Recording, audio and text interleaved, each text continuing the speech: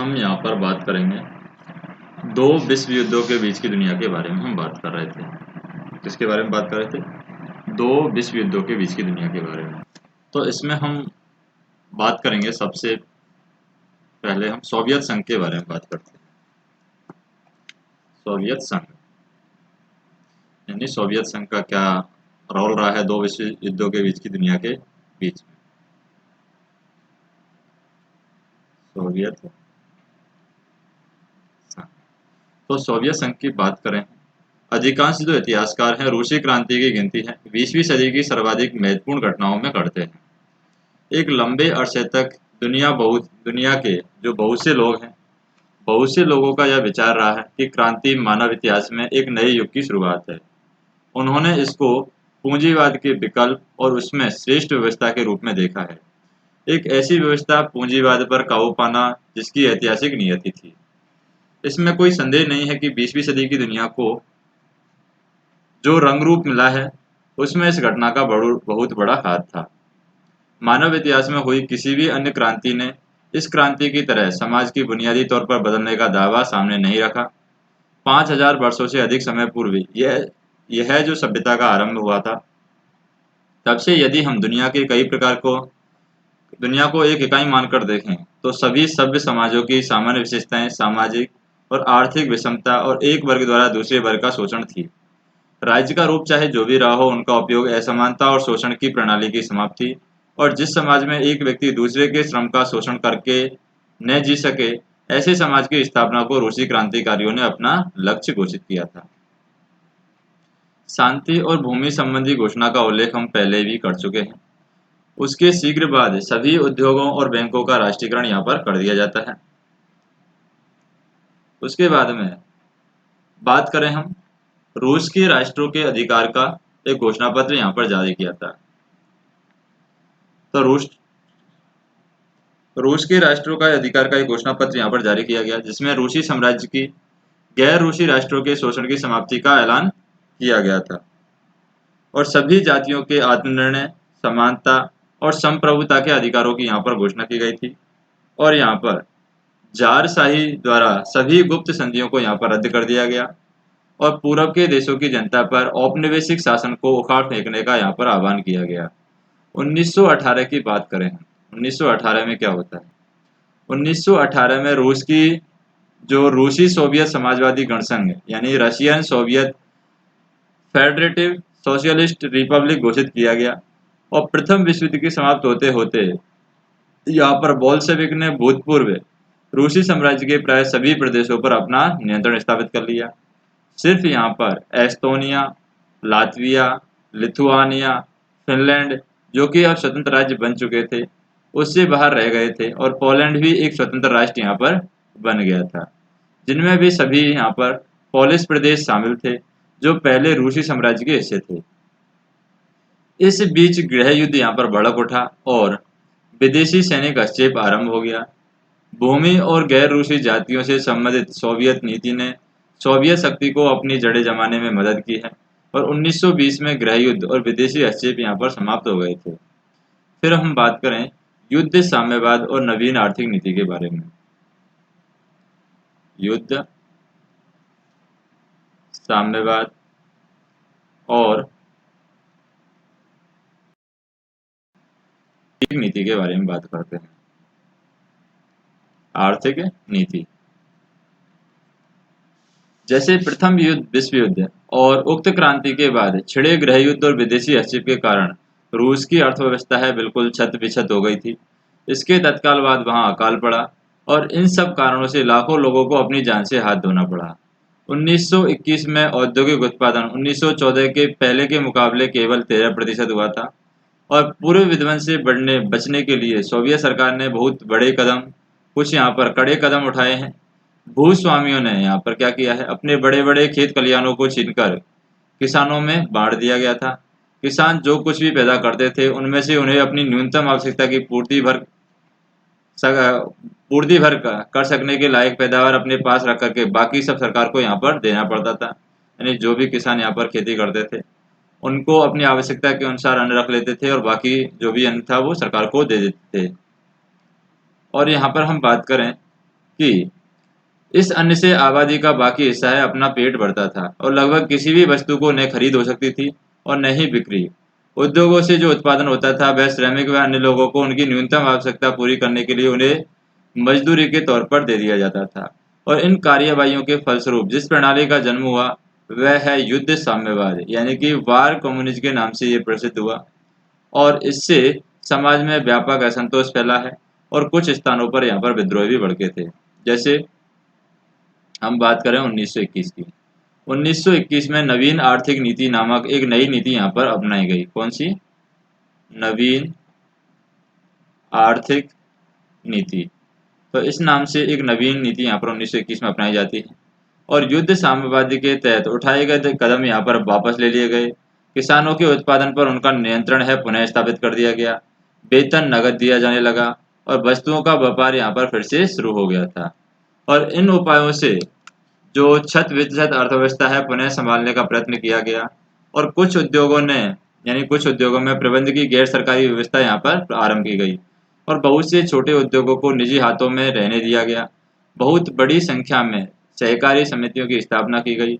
1921 में देश के एक बड़े भाग में फसलें बहुत खराब हो गई थी, जिससे व्यापक भुखमरी की स्थिति यहाँ पर पैदा हो गई और उत्पीड़ितों को राहत पहुंचाने का देशव्यापी कार्यक्रम यहाँ पर आरंभ किया गया। अनेक अन्य देशों के लोगों ने सोवियत जनों को सहायता पहुंचाने की व्यवस्था की। यद्यपि सोवियत सरकार को मान्यता देने के लिए संयुक्त राज्य अमेरिका तैयार नहीं था, लेकिन उसे खाद्य पदार्थ उसने भी भेजे हैं। फिर हम बात करेंगे औद्योगिक विकास और सामूहिकरण की। औद्योगिक विकास और सामूहिकरण और सामूहिकरण सामूहिकरण इसके बारे में बात करते हैं।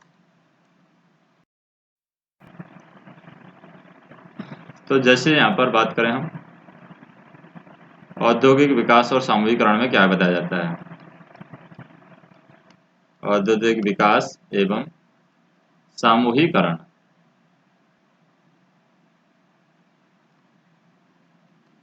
तो इसमें हम बात करें नवीन आर्थिक नीति के फलस्वरूप क्या होता है।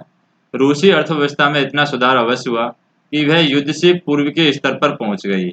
इस नीति ने आगे के विकास के लिए बुनियाद का काम किया है। नवीन आर्थिक नीति 1928 तक लागू रही है, जिसके बाद एक पंचवर्षीय योजना के जरिए आर्थिक विकास में तेजी लाने का प्रयत्न यहाँ पर किया गया है।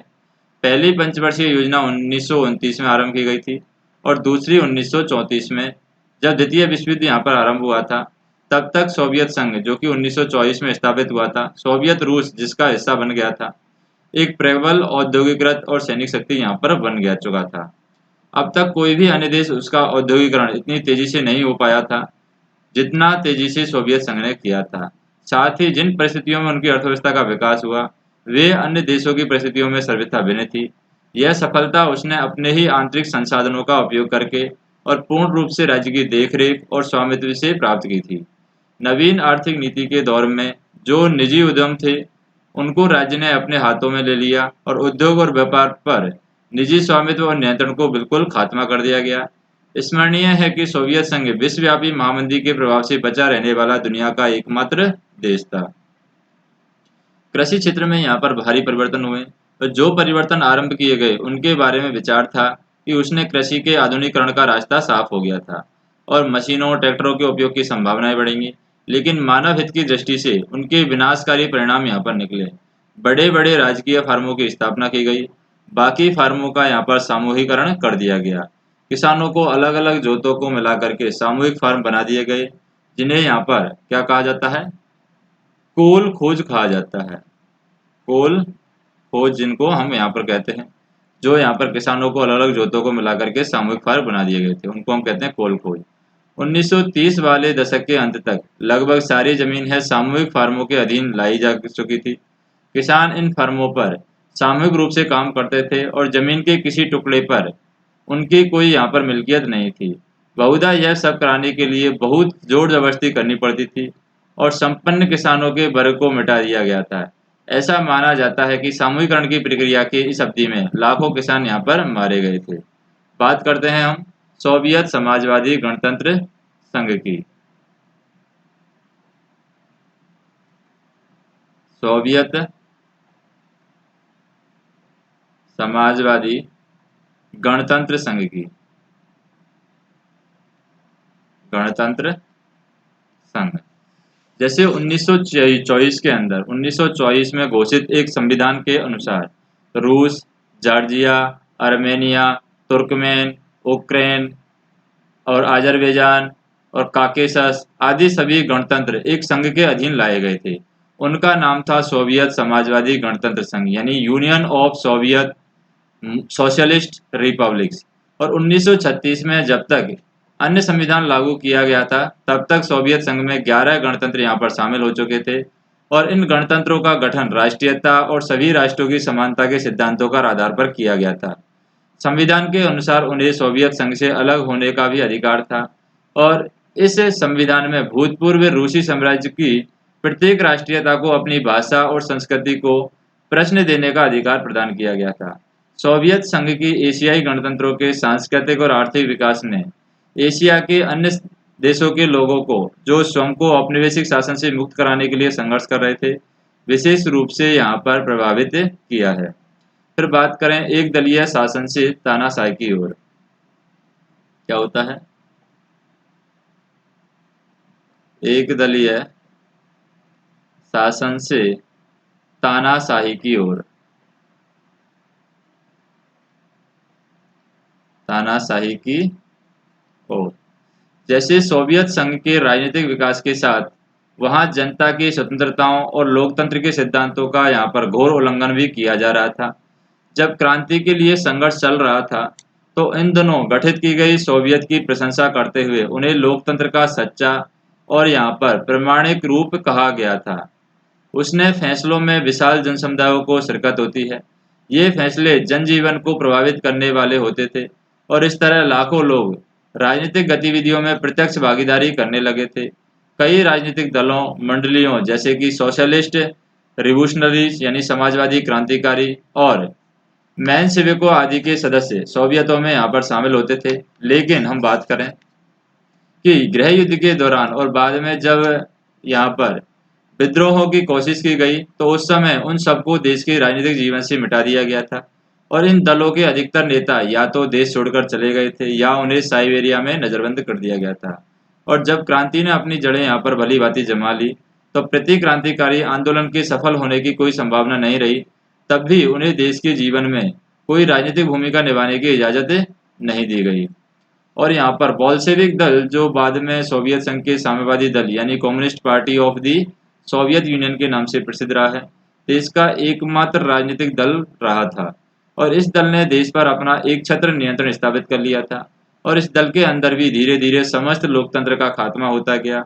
और बोल्शेविक दल का विकास जार की तानाशाही के समय भी हुआ था। और जब बोल्शेविक के लिए एक वैध दल के रूप में खुलेआम काम करना संभव नहीं था, तो तत्कालीन व्यवस्था को क्रांति द्वारा उखाड़ फेंकने के लिए एक प्रयत्नशील दल के रूप में उनकी एक खास किस्म की कार्य पद्धति बन गई थी, जिसके तहत दल के अंदर बहसें और विवाद, यहाँ पर बहस होने लगी, विवाद हो सकते थे और कभी कभी ये काफ़ी उग्र रूप भी धारण कर लेते थे।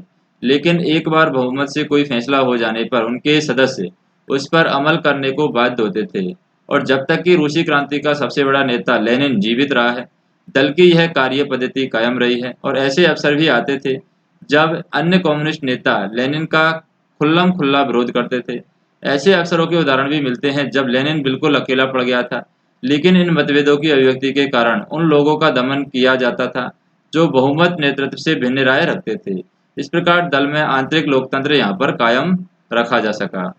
फिर 1924 की बात करें, 1924 में क्या हो जाता है? लेनिन की मृत्यु हो जाती है।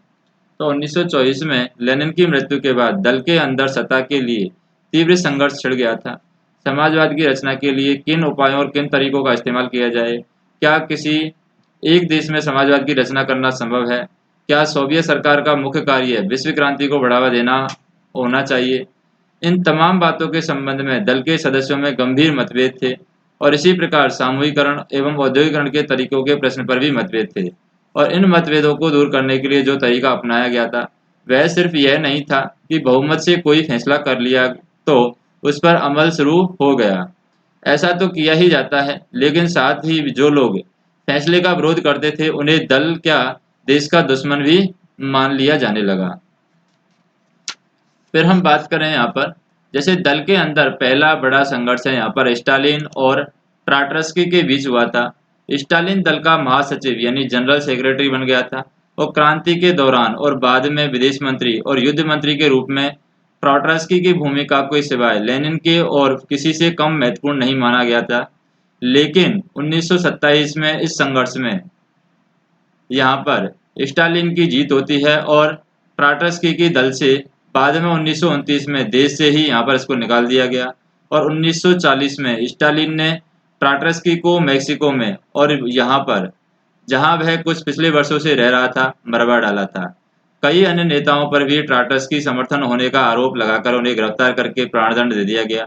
अलग अलग मामलों में स्टालिन की नीतियों से असहमति प्रकट करने वाले दल जो अन्य नेताओं जैसे कि जीनोवीव और बुखारिन को भी यहाँ पर खत्म कर दिया गया।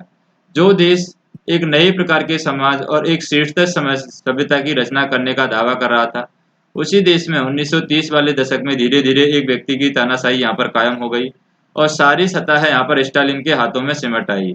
उसे हर ज्ञान का स्रोत माना जाने लगा, उसके फैसले पर कोई आपत्ति नहीं की जा सकती थी। कुछ समाजवादी चिंतकों और नेताओं के लेखन में सर्वहारा की तानाशाही को समाजवादी समाज की रचना के एक चरण के रूप में यहाँ पर चित्रित किया गया था। सभी पूंजीवादी देशों के बारे में कहा गया है कि उसमें बुर्जुआ अथवा पूंजीवादी वर्ग की तानाशाही है और यहाँ लोकतांत्रिक राजनीतिक संस्थाएं कार्यरत हुई हैं। इनके बारे में भी यही नजरिया पेश किया गया। तर्क यह दिया गया कि इन देशों में भी राज्य बुजुर्गा वर्ग के प्रभुत्व को कायम रखने का एक उपकरण है और इसी प्रकार सर्वहारा की तानाशाही का एक ऐसा राज्य बताया गया जो सत्ता का उपयोग श्रमिक वर्ग के प्रभुत्व को कायम रखने के लिए करेगा। लेकिन इस तानाशाही के आकलन में उन्होंने यह नहीं कहा कि इसका मतलब है कि राजनीतिक स्वतंत्रता का खात्मा, अन्य सभी राजनीतिक दलों का उच्छेद और एक ही दल का शासन। सोवियत संघ में भी यही सब हुआ था। सोवियत संघ की राजनीतिक व्यवस्था ने वास्तव में जो स्वरूप धारण किया था उसका मतलब अव्वल तो सत्ताधारी दल की तानाशाही थी और चूंकि उस दल पर स्टालिन का वर्चस्व था, इसलिए यहाँ पर पेकारांतर ने इसका अर्थ स्टालिन का अधिनायकत्व था और 1953 में स्टालिन की मृत्यु के बाद सोवियत कम्युनिस्ट नेताओं ने इस स्थिति को स्टालिन की व्यक्ति पूजा की संज्ञा यहाँ पर दी है और स्टालिन की तानाशाही और व्यक्ति पूजा के कारण सोवियत संघ में समाजवाद की रचना में गंभीर विकृतियां यहाँ पर पैदा हो गई थी। 1934 में लेनिनग्राड, जो अब सेंट पीटर्सबर्ग की कम्युनिस्ट पार्टी के नेता किरोवा की हत्या कर दी गई और आमतौर पर यह माना जाता है कि उसकी हत्या स्टालिन ने करवाई थी। लेकिन इस हत्या का लाभ उठा करके स्टालिन ने ऐसे हर व्यक्ति के दमन का सिलसिला आरंभ कर दिया जिसकी वफादारी के बारे में उसे तनिक भी संदेह होता था। तो इस सिलसिले से शीघ्र ही व्यापक रूप से यहाँ पर धारण कर लिया और वृद्ध सफाई अभियान दी ग्रेट फर्ज के नाम से प्रसिद्ध ये हुआ है।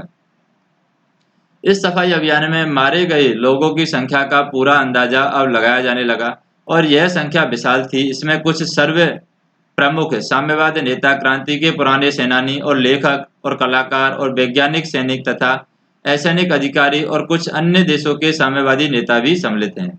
सोवियत संघ से बाहर के जो लोग समाजवाद से सहानुभूति रखते थे और अपने देश में औपनिवेशिक शासन और पूंजीवादी शोषण के खिलाफ संघर्ष में लगे हुए थे, उन्हें काफी लंबे अरसे तक उन अपराधों की भयावहता का एहसास नहीं हुआ था जो समाजवाद के नाम पर किए जा रहे हैं। इनका एक कारण यह था कि सोवियत संघ ऐसे देशों से घिरा हुआ था जो उसके और समाजवाद के प्रति बैर रखते हैं। इनमें से कुछ लोग देशों ने यहाँ पर सोवियत संघ के खिलाफ अपने आक्रामक मंसूबों का खुल्लम खुल्ला इजहार भी किया है और घोषणा की है कि वे साम्यवाद को कुचल देंगे। इससे बहुत से देशों ने कई देशों को अपनी औपनिवेशिक गिरफ्त में ले लिया था और इन देशों की अर्थव्यवस्था असमानता को जन्म देती थी, जिसके फलस्वरूप इन देशों में बेरोजगारी, दुख और दरिद्रता यहाँ पर पैदा हुई थी। सोवियत संघ के अंदर जो दमन चल रहा था उसे समाजवाद के हमदर्दों ने सोवियत संघ की अपनी आज़ादी की हिफाजत करने की कोशिशों और एक बैरी दुनिया में समाजवादी व्यवस्था की रक्षा करने के प्रयत्नों को यहाँ रूप में यहाँ पर इसको देखा है। फिर हम बात करेंगे सोवियत राज्य की विदेश नीति के बारे में।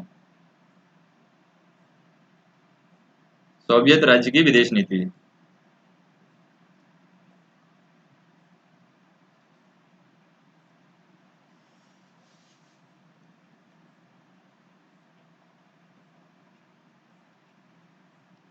सोवियत राज्य की विदेश नीति। किस तरीके से सोवियत राज्य की विदेश नीति रही है उसके बारे में हम बात करते हैं। जैसे अपनी अंतर्राष्ट्रीय भूमिका के कारण सोवियत संघ बाकी सभी महाशक्तियों से अलग एक शक्ति के रूप में दिखाई पड़ने लगा है। युद्ध के बाद केंद्रीय शक्तियों के साथ की जाने वाली शक्ति संधियों के मंसूबे तैयार करने के लिए पेरिस में आयोजित शांति सम्मेलन से उसे बाहर रखा गया है। 1921 में उसे ईरान और अफगानिस्तान के साथ संधियों की, जिससे इन देशों की स्वतंत्रता और संप्रभुता की नींव मजबूत हुई है। और उसी साल मुस्तफा कमाल की सरकार के साथ, जो कि तुर्की की अखंडता को पुनः स्थापित करने के लिए लड़ाई में लगी हुई थी, एक संधि की गई और सोवियत संघ ने विभिन्न निरस्त्रीकरण के सम्मेलनों में भाग लिया है और सामान्य और यहाँ पर संपूर्ण निरस्त्रीकरण के लिए प्रस्ताव रखे हैं। और 1930 के दशक में उसने फांसीवादी देशों के आक्रामक कार्यवाहियों का खुल्लम-खुल्ला विरोध किया है और फांसीवादी अतिक्रमण को रोकने के लिए अन्य देशों के साथ संयुक्त मोर्चे बनाने की कोशिश की है। लेकिन अधिकांश पश्चिम शक्तियों ने फांसीवाद की तुष्टि करने की नीति अपनाई है, जिसके पीछे उनकी यह निहित आशा काम कर रही थी कि फांसीवादी साम्यवाद को मिटा देगा। और 1934 में सोवियत संघ ने राष्ट्र संघ में प्रवेश किया और शांति और राष्ट्रों की स्वतंत्रता की रक्षा के लिए संघ ने यहाँ पर दृढ़तापूर्वक कार्यवाही कराने की कोशिश की। और उन दिनों सोवियत संघ एकमात्र एक ऐसी बड़ी शक्ति थी जिसने उपनिवेशवाद और साम्राज्यवाद का विरोध किया है। उसे अपनी आज़ादी के लिए लड़ने वाली जनता के मित्र के रूप में देखा गया। यहाँ कम्युनिस्ट यानी कम्युनिस्ट इंटरनेशनल यानी साम्यवादी अंतर्राष्ट्र के संगठन के बारे में दो शब्द कह देना प्रासंगिक होगा कि युद्ध के आरंभ होते ही द्वितीय अंतर्राष्ट्रीय बिखर गया था और द्वितीय जो अंतर्राष्ट्र है वो बिखर गया था। और युद्ध के दौरान विभिन्न देशों के समाजवादी दलों के वामपंथी हिस्सों को साथ लाने की कोशिश की गई। रूसी क्रांति के बाद कई देशों के जो समाजवादी दल हैं उनके वामपंथी हिस्सों ने साम्यवादी दलों का स्वरूप ले लिया था। सभी साम्यवादी दलों का एक अंतर्राष्ट्रीय संगठन में मिलाने की कोशिश आरंभ की गई। मार्च 1919 में मॉस्को में एक सम्मेलन आयोजित किया गया जिसमें 3 देशों के साम्यवादी दलों के प्रतिनिधि शामिल हुए थे और साम्यवादी अंतर्राष्ट्रीय यानी कम्युनिस्ट इंटरनेशनल या संक्षेप में हम कहें कॉम्यूटर्न या तृतीय अंतर्राष्ट्रीय का जो गठन है इसी सम्मेलन में हुआ था। 1930 वाले दशक के मध्य तक 8 से ज़्यादा देशों में साम्यवादी दल गठित हो चुके थे और इनमें से कुछ तो काफ़ी प्रबल थे, जैसे जर्मन, फ्रांसीसी साम्यवादी दल। चीन का साम्यवादी दल भी एक शक्तिशाली दल के रूप में सामने आया था। साम्यवादी दलों ने यहाँ पर क्या किया था? साम्यवादी दलों ने पूंजीवादी देशों के मजदूरों के साथ भी औपनिवेशिक के श्रमिकों के वर्गों के बीच में अपने समर्थन का एक मजबूत आधार तैयार कर लिया था। महामंदी के दौर में पूंजीवादी सामाजिक व्यवस्था से जो दुख दैन्य यहाँ पर उत्पन्न हुआ था, उनके खिलाफ श्रमिकों को संगठित करने में इन दलों ने लगभग सभी देशों में प्रमुख भूमिकाएं निभाई हैं। औपनिवेशिक शासन वाले कुछ देशों में ये दल स्वतंत्र संग्राम की एक प्रमुख शक्ति बन गए थे।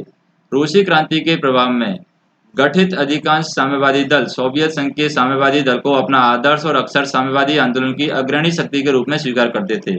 रूसी क्रांति भी साम्यवादी क्रांति के आदर्श के रूप में देखा जाता था और सोवियत साम्यवादी दल से घनिष्ठ संबंध होने के कारण सभी साम्यवादी दलों को अन्य लोग संदेह की दृष्टि से देखते थे और कॉमिटर्न का मुख्यालय मॉस्को में होने के साथ उसे सोवियत विदेश नीति का एक उपकरण माना जाता था।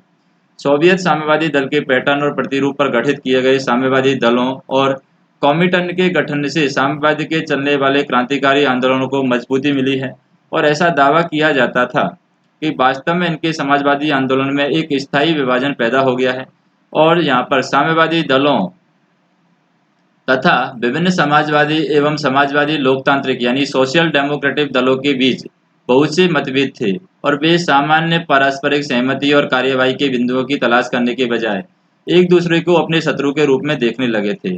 जर्मनी में साम्यवादी दल और समाजवादी लोकतांत्रिक दलों के आपसी झगड़ों के कारण नाइजीरिया की सत्ता हथियार लेना आसान हो गया था और यह फूट न केवल समाजवादी व लोकतांत्रिक के लिए बल्कि व्यापक दृष्टि से संपूर्ण विश्व शांति के लिए भी घातक साबित हुई है।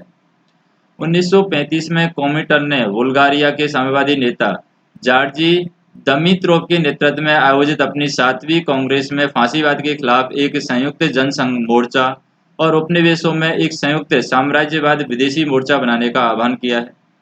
और यह एक महत्वपूर्ण घटना थी जिसमें फांसीवाद के खिलाफ सामान्य लक्ष्यों की प्राप्ति के लिए विशाल जनसमुदाय साम्यवादियों एवं अन्य लोगों के एकताबद्ध होने में यहाँ पर मदद मिली है। इस नीति के फलस्वरूप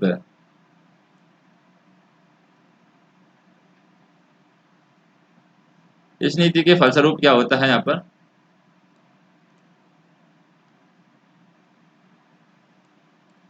जैसे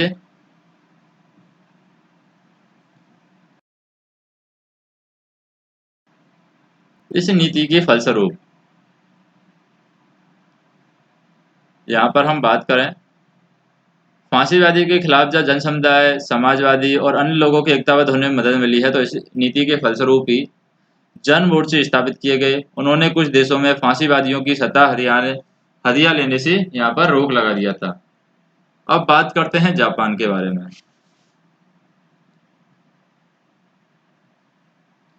किसके बारे में बात करते हैं हम? जापान के बारे में बात करते हैं।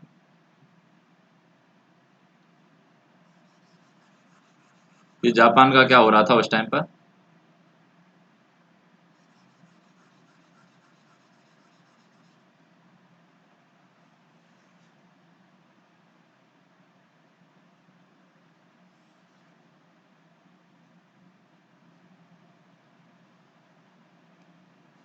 तो जापान की विस्तारवादी नीति के बारे में बात करते हैं। दो विश्व युद्धों के बीच की दुनिया के बारे में हम बात कर रहे हैं, तो जापान का क्या रोल था, जापान क्या कर रहा था उस टाइम पर, उसकी हम बात करेंगे यहाँ पर। जापान, तो जापान की थी विस्तारवादी नीति। विस्तारवादी नीति, तो विस्तारवादी नीति में जापान है क्या कर रहा था। 19वीं सदी के उत्तरार्ध में जब जापान का आधुनिकरण यहाँ पर आरंभ हो जाता है, आधुनिकरण करना स्टार्ट कर देता है जापान 19वीं सदी में, तभी से विस्तार की ललक उसके इतिहास की एक खास विशेषता रही है। प्रथम विश्व युद्ध की समाप्ति पर उसने अपने औपनिवेशिक लाभ प्राप्त कर लिए थे, इसका उल्लेख यहाँ पर किया जा चुका है। उसने वाशिंगटन में जो संधि की थी, यानी वाशिंगटन के अंदर जो संधि की थी उसने, उससे उसकी नौसेना के विकास पर रोक जरूर लगाई गई थी, लेकिन तब भी वह प्रशांत क्षेत्र की सबसे बड़ी नौसैनिक शक्ति बना रहा था। कुछ काल तक चीन तथा दक्षिण पूर्वी एशिया में आर्थिक उपायों के सहारे जापान अपने प्रभुत्व को शांतिपूर्ण ढंग से यहाँ पर क्या करता है, फैलाने की नीति पर चलता रहा। लेकिन चीन के राष्ट्रीय एकीकरण के आंदोलन के चीर पकड़ यहाँ पर, जैसे ही यहाँ पर क्या हुआ, चीन का जो राष्ट्रीय एकीकरण का आंदोलन था उसके जोर पकड़ लेने और चीनी साम्यवादी दल का प्रभाव बढ़ जाने से यह खतरा पैदा हो गया कि जापान चीन पर अपने नियंत्रण का विस्तार नहीं कर पाएगा। उसका एक प्रमुख लक्ष्य चीन के एकीकरण को रोकना था, और प्रथम विश्व युद्ध के बाद जापान की पहली बड़ी आक्रामक कार्यवाही में से एक थी कि 1931 में उसने क्या किया था, मंचूरिया पर जापान कब्जा कर लेता है। किस पर कब्जा कर लेता है? जापान मंचूरिया पर कब्जा कर लेता है, और बाद में वहां एक कठपुतली सरकार प्रतिष्ठित कर दी गई थी। उसके बाद 1937 में उसने चीन पर एक भारी आक्रमण किया, और 1938 में जापान ने जर्मनी के साथ कॉमिटन के खिलाफ एक संधि कर ली थी, और उसकी महत्वाकांक्षा योजना पूरे एशिया और प्रशांत क्षेत्र में अपना प्रभुत्व स्थापित करने की थी, जबकि इटली के साथ मिलकर जर्मनी बाकी की दुनिया में यही करने की मंसूबा बना रहा था। तो युद्ध के बाद जापानी अर्थव्यवस्था का विकास जारी रहा। वह सूती कपड़े, रेयन, कच्चे रेशम का सबसे बड़ा निर्यातक देश बन गया। कच्चे माल, मशीनों और खाद्य पदार्थों के लिए दूसरे देशों पर उसकी निर्भरता ने उसकी अर्थव्यवस्था को कुछ कमजोर जरूर बना दिया, और इससे उत्पन्न कुछ समस्याओं को हल करने के लिए उसने अपने लोहा और इस्पात उद्योग, भारी इंजीनियरिंग उद्योगों का खूब विस्तार किया है। लेकिन जापानी उद्योगपति और राजनीतिक और सैनिक नेता जापान की समृद्धि के लिए चीन के संसाधनों और सामग्री को अपने कब्जे में करना आवश्यक मानते रहे थे। फिर क्या करते हैं वो, राजनीतिक दमन। जापानी क्या करते हैं? राजनीतिक दमन। राजनीतिक दमन, राजनीतिक दमन के बारे में बात करें, जापान का औद्योगिक विस्तार श्रमिकों के घोर शोषण की बुनियाद पर हुआ था। उद्योगों और बैंकों पर जैवत्सु नामक मालदारों के एक छोटे से गुट का यहाँ पर क्या हो गया था, नियंत्रण हो गया था। उसका नाम क्या था? जैवत्सु। तो जैवत्सु नामक एक मालदार था, उस जैवत्सु नामक मालदार का एक छोटे से गुट का यहाँ पर नियंत्रण स्थापित हो जाता है। जैवत्सु का जापानी सरकार और राजनीतिज्ञों से अंतरंग संबंध था, और श्रमिकों की रहन सहन की अवस्था यहाँ पर दयनीय थी। और यहाँ पर किसानों की हालात भी कुछ बेहतर नहीं थी। उससे भी ज़्यादातर लोगों के पास एकड़ 2 एकड़ की बहुत छोटी छोटी जोतें थी। उनमें से बहुत बड़ी संख्या में रैयतों के रूप में काम करने वालों की थी।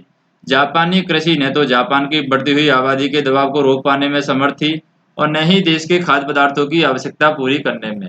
देश में व्यापक असंतोष और अशांति यहाँ पर फैल गई थी और 1919 में चावल की ऊंची कीमतों को लेकर के देश में चारों ओर अशांति फैल गई।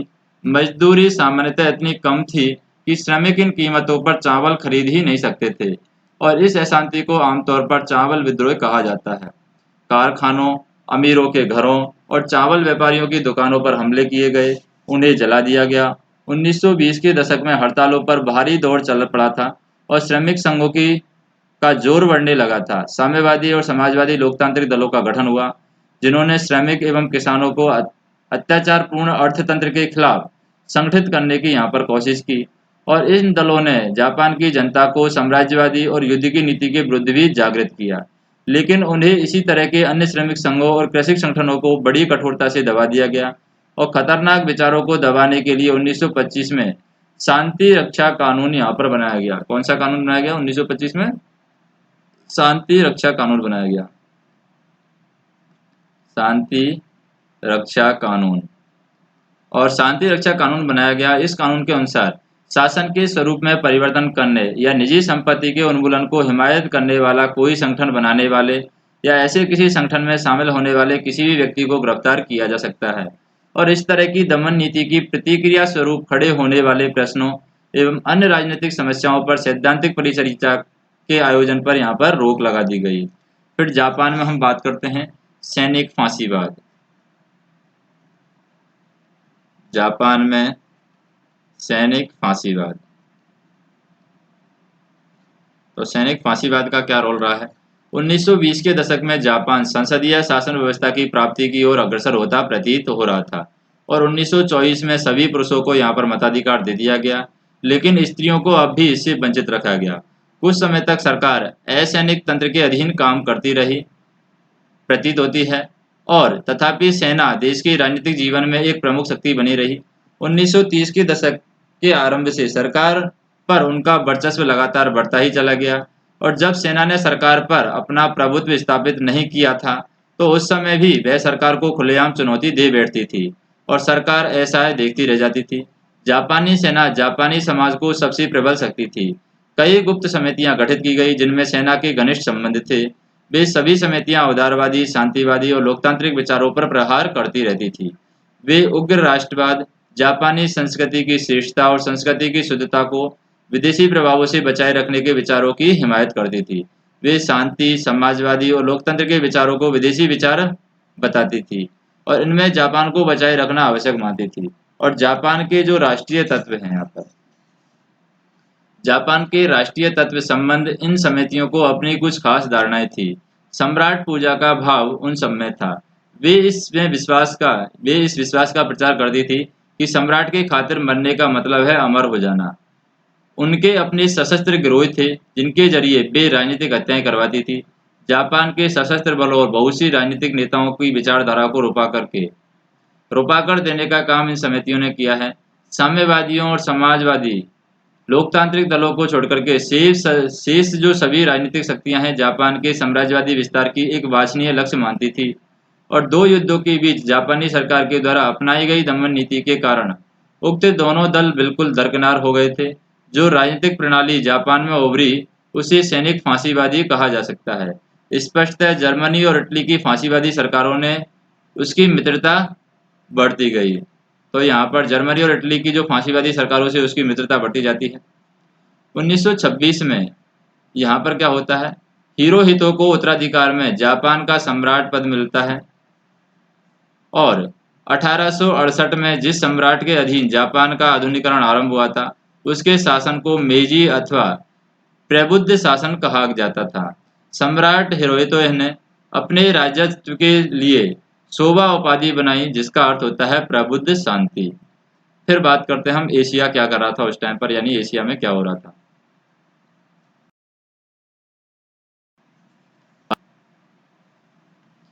यानी दो विश्व युद्धों के बीच में एशिया के अंदर कौन कौन सी चीज लोग हैं, कौन कौन से देश हैं, वो क्या कर रहे थे।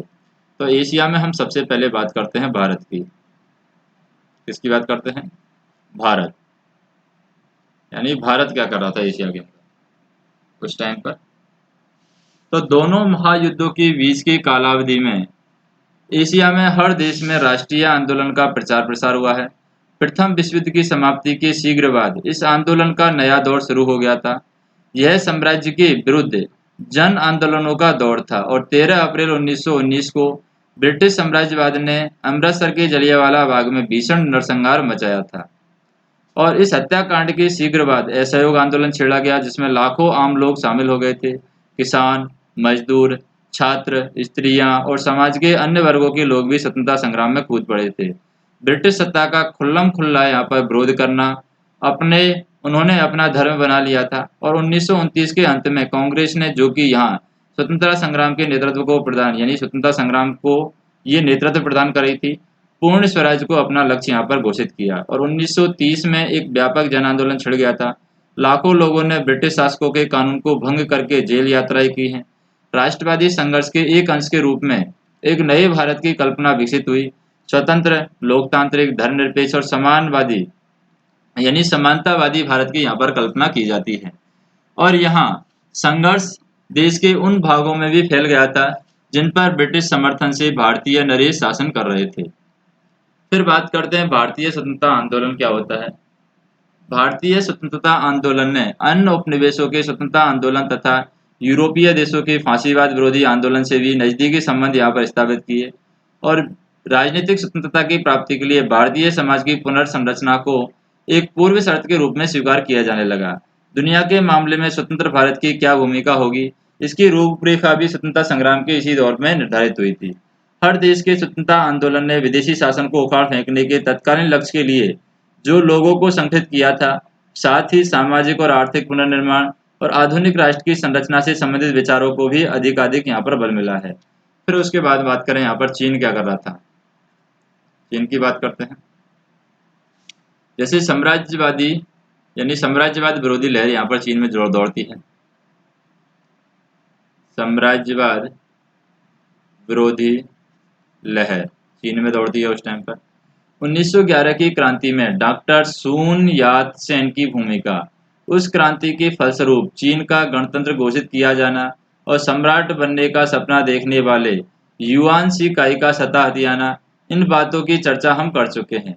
चीन का शासन युद्ध नेताओं के हाथों में था, जो चीन को अलग अलग क्षेत्रों पर हावी थे और एक दूसरे पर अधिकार जमाने के लिए आपस में लड़ते रहते थे। उन्हें विभिन्न विदेशी ताकतों से मदद भी मिलती थी और बदले में उन्हें तरह तरह की रियायतें यहाँ पर देते थे। प्रथम विश्व युद्ध के अंत में चीन में दो मुख्य सरकारें थी। इनमें एक थी गोमिदांग का नियंत्रण, जिसका मुख्यालय केटन में था और डॉक्टर सुन यान सेन इस सरकार के राष्ट्रपति बने थे। और दूसरी सरकार का प्रधान एक जनरल था और उसका मुख्यालय बीजिंग में था। और पेरिस शांति सम्मेलन में जब यहाँ पर शांतुंग को जापान को सौंप देने का फैसला किया गया, तो 1919 में चीन में साम्राज्यवाद के खिलाफ एक लहर उठ खड़ी हुई। इसकी शुरुआत यहाँ पर 4 मई 1919 को यहाँ पर होती है। 4 मई 1919 को 4 मई 1919 को इस लहर की शुरुआत होती है। 4 मई 1919 को बीजिंग विश्वविद्यालय के छात्रों के द्वारा आयोजित एक विरोध प्रदर्शन से हुई थी इसकी शुरुआत। और इस घटना के साथ आरंभ होने वाले आंदोलन को 4 मई का आंदोलन कहा जाता है। और यह आंदोलन शीघ्र ही चीन के दूसरे हिस्सों में क्या हो जाता है, फैल जाता है। और चीन की राष्ट्रवादियों पर रूसी क्रांति का बहुत गहरा प्रभाव यहाँ पर पड़ा था और वहाँ आमूल परिवर्तनवादी और प्रवृत्तियां यहाँ पर उभरने लगी थी। और 1921 में चीनी साम्यवादी दल का गठन किया गया। शीघ्र ही चीन की एक बड़ी ताकत यहाँ पर बन गया था। तो यहाँ पर 1921 में क्या होता है, चीनी साम्यवादी का दल का गठन किया गया, जो शीघ्र ही यहाँ पर चीन की एक बड़ी ताकत बन गया था। और चीन को एक तरफ यानी एक करने में पश्चिमी देशों ने कोई मदद पाने में नाकामयाब होकर डॉक्टर सुन यान सेन ने सोवियत संघ से सहायता मांगी। और 1924 में गोमिदांग और साम्यवादी दल साथ हो गए थे और साम्यवादी दल एक पृथक दल के रूप में कायम रहा, लेकिन साम्यवादी लोग गोमिदांग में शामिल हो गए थे और तय किया गया कि एक राष्ट्रीय क्रांतिकारी सेना खड़ी की जाए और इस प्रयोजन को असली जामा पहनाने के लिए सोवियत सैनिक और राजनीतिक सलाहकारों की सहायता में एक रक्षक अकादमी स्थापित की गई। और 1925 में चीनी राष्ट्रवादी क्रांतिकारी सेना ने युद्ध नेताओं के खिलाफ कार्यवाही यहाँ पर आरंभ कर दी। लेकिन मार्च 1925 में डॉक्टर सुन यान सेन की मृत्यु हो गई और उसके लगभग 2 वर्ष बाद चीन की परिस्थिति बिल्कुल बदल गई। गोमीदांग और साम्यवादी दल के बीच का गठजोड़ है वो टूट गया और उसके शीघ्र बाद गृह युद्धों की स्थिति यहाँ पर या परिस्थितियां यहाँ पर पैदा हो जाती हैं। फिर चीन में गृह युद्ध होना स्टार्ट हो जाता है। चीन में गृह युद्ध, जैसे हम बात करें चीन के राजनीतिक एकीकरण के लिए राष्ट्रवादी क्रांतिकारी सेना के अभियान के साथ साथ श्रमिकों और किसानों के आंदोलन भी यहाँ पर आरंभ हुए थे। 1925 में संघाई में हड़तालें और प्रदर्शन किए गए और बात यह हुई कि जापानी उद्योगपतियों से कुछ श्रमिक नेताओं को मरवा डाला था और ब्रिटिश पुलिस ने प्रदर्शनकारियों पर गोलियां बरसाई थी। और ये हड़तालें और प्रदर्शन कई इन्हीं कार्यवाही के खिलाफ किए गए और मार्च 1927 में जब राष्ट्रवादी क्रांतिकारी सेना नॉनजिंग पहुंची तो ब्रिटिश और अमेरिकी युद्धपोतों ने उन पर गोलियां बरसाई जिसमें सैकड़ों लोग यहाँ पर मारे गए। और इस समय गोमीदांग दो फाड़ को यहाँ हो गया था गोमीदांग दो फाड़ हो गया था और राष्ट्रवादी क्रांतिकारी सेना के अध्यक्ष जनरल च्वांग काई शेक ने नानजिंग में अपनी सरकार स्थापित की। किसानों तथा मजदूरों के आंदोलन के प्रबल हो उठने और गोमीदांग में वामपंथी तत्वों की बढ़ती हुई ताकत से वह चौंक उठा था और अब उसे चीन पर से विदेशी प्रभुत्व समाप्त करने और देश के राजनीतिक एकीकरण की चिंता कम थी, वामपंथियों तथा साम्यवादियों को दबाने की ज्यादा थी। उसने सैनिकों से संघाई में श्रमिकों के इलाकों पर हमला किया और हजारों श्रमिक और साम्यवादियों को मौत के घाट उतार दिया। और 1927 में साम्यवादियों के नेतृत्व में केटन में एक विद्रोह होता है और वहां उन्होंने एक सोवियत सरकार स्थापित कर ली। लेकिन इस विद्रोह को यहाँ पर दबा दिया गया और 5000 श्रमिकों को यहाँ पर मार डाला था। इसके साथ ही चीन के राष्ट्रवादी आंदोलन में विभेद पैदा हो गया था। सोवियत सलाहकारों को निकाल दिया गया और गोमीदांग के बहुत से नेताओं को, जिनमें डॉक्टर सुन यान सेन की विधवा भी यहाँ पर शामिल थी, देश निकाला दे दिया गया। कैटन विद्रोह के दबा दिए जाने के बाद साम्यवादी लोग देश के विभिन्न भागों में बिखर गए और वे कुछ क्षेत्रों को अपने नियंत्रण में ले आए थे। अब चीन में गृह युद्ध का एक लंबा दौर आरंभ हो गया था जिसमें एक च्वांग काई शेक की सेना थी और दूसरी ओर चीनी साम्यवादी दल था। जब जापान ने मंचूरिया पर कब्जा कर लिया था तब पूरा चीन जापान विरोधी भावना से आंदोलित हो उठा और वहां जापानी माल के बहिष्कार का एक राष्ट्रव्यापी आंदोलन आरंभ हो गया था। लेकिन गोमीदांग, जिसका नेता अब च्वांग काई शेक था, और साम्यवादी लोग जापान के खिलाफ एक न हो सके और साम्यवादियों ने जापानी माल के बहिष्कार की आवाज अवश्य बुलंद की, लेकिन वे च्वांग काई शेक से गठजोड़ करने के लिए तैयार नहीं थे। और उधर च्वांग काई शेक की सेना ने भी जो मुहिम शुरू की थी वह जापानियों के खिलाफ नहीं बल्कि साम्यवादियों के विरुद्ध थी। और इस बीच साम्यवाद का प्रभाव बढ़ता जा रहा था, खासकर ग्रामीण इलाकों में। और इस काल में साम्यवादी दल का जो सबसे महत्वपूर्ण नेता उभरा था वह था माओ जेडोंग, जो कि माओ तसे तुंग कह सकते हैं। उसने इस विचार की हिमायत की कि चीन में किसान मुख्य क्रांतिकारी शक्ति हैं और उसने कृषक वर्ग की सहायता से ही क्रांति लाने की रणनीति अपनाई है। फिर 1934 में ज्वांग काई शेक ने कोई 10 लाख की सेना के साथ दक्षिणी चीन के साम्यवादी अधिकृत क्षेत्रों पर आक्रमण करना शुरू कर दिया। साम्यवादियों को विनाश से बचने के लिए अपने गढ़ का त्याग करना पड़ा। कोई 1 लाख साम्यवादी उत्तर पश्चिमी चीन में येनान प्रदेश की ओर चले गए और इस देशांतर में उन्होंने कोई 12,000 किलोमीटर का रास्ता तय किया। और लंबे कूच यानी लॉन्ग मार्च के नाम से प्रसिद्ध इस घटना ने पूरे देश में साम्यवादियों की लोकप्रियता बढ़ गई थी। और इस कूच के दौरान उन्होंने जमींदारों की जमीन छीनकर किसानों में बांट दी और इस तरह से वे च्वांग काई शेक की सरकार के खिलाफ अपने समर्थन के आधार को लगातार दृढ़ बनाते गए। और अब तक लोगों के मानस में च्वांग काई शेक सरकार की जो छवि बन गई थी वह यह थी कि वह बड़े जमींदारों, व्यापारियों और बैंकरों की सरकार है। एक ओर तो साम्यवादी जापानी अतिक्रमण के खिलाफ राष्ट्रव्यापी युद्ध का आह्वान कर रहे थे, जबकि दूसरी ओर यहाँ पर च्वांग काई शेक की सेना केवल साम्यवादियों के पीछे यहाँ पर पड़ी हुई थी। फिर हम बात करें 1937 में जापान ने चीन पर भारी हमले शुरू कर दिए। च्वांग काई शेक की सरकार इन हमलों के सामने टिक नहीं सकी और पीछे हट गई, और उनकी सरकार नानजिंग छोड़ करके कहाँ पर चली गई? जुंगकिंग चली गई। लेकिन अब तक जापानी आक्रमण के विरुद्ध एक संयुक्त मोर्चा यहाँ पर बन चुका था। इसकी शुरुआत दिसंबर 1936 में एक नाटकीय घटना से हो गई थी।